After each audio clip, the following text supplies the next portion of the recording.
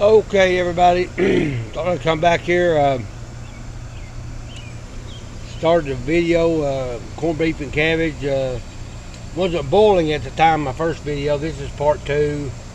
Cooking corned beef and cabbage on the coleman stove out here beside my house on my table. Boiling. My mom made corned beef and cabbage when I was growing up. It's pretty darn good. I like corned beef and cabbage. So what I do is, by the time the water boils off, cabbage will be done. I'll drain the water off.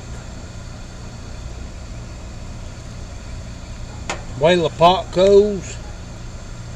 And I'll set this pot in the refrigerator with the lid on it.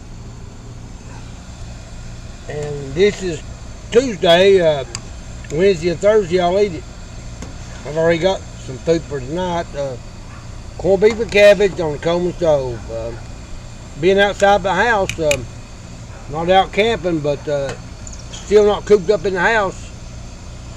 I'm outside. I poured that can of corned beef in there. Just give it a little bit of season or flavor.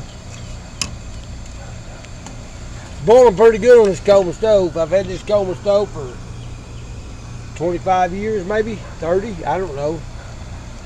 Boiling pretty good. Just started making another short video clip here, cooking corned beef and cabbage on a coleman stove outside my house. Thank y'all for watching.